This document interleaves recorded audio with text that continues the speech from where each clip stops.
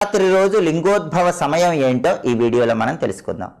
మహాశివరాత్రి రోజు రాత్రి 11:30 నుంచి అర్ధరాత్రి 1 మధ్య ప్రాంతంలో ఉన్న సమయాన్ని లింగోద్భవ కాలము అనే పేరుతో పిలుస్తారు. ఈ లింగోద్భవ కాలాన్ని 4 భాగాలుగా విభజించాలి. అలా విభజించి ఒక్కొక్క సమయంలో శివుడికి ఒక్కొక్క రకంగా పూజ చేస్తే శివానుగ్రహం సంపూర్ణంగా కలుగుతుంది. మొదటి భాగంలో శివుడికి ఆవు పాలతో అభిషేకం చేయాలి, పద్మ పుష్పాలతో పూజ చేయాలి, పొలగం శివుడికి నైవేద్యంగా సమర్పించాలి. ఆ తర్వాత లింగోద్భవ కాలంలో ఉన్నటువంటి రెండవ భాగంలో శివుడికి ఆవు పెరుగుతో అభిషేకం చేస్తూ తులసి దళాలతో పూజ చేయాలి, శివుడికి పాయస నైవేద్యం సమర్పించాలి. అలాగే లింగోద్భవ కాలంలో మూడవ భాగంలో శివుడికి ఆవు నెయ్యితో అభిషేకం చేస్తూ మారేడు దళాలతో పూజ చేస్తూ నువ్వులు కలిపి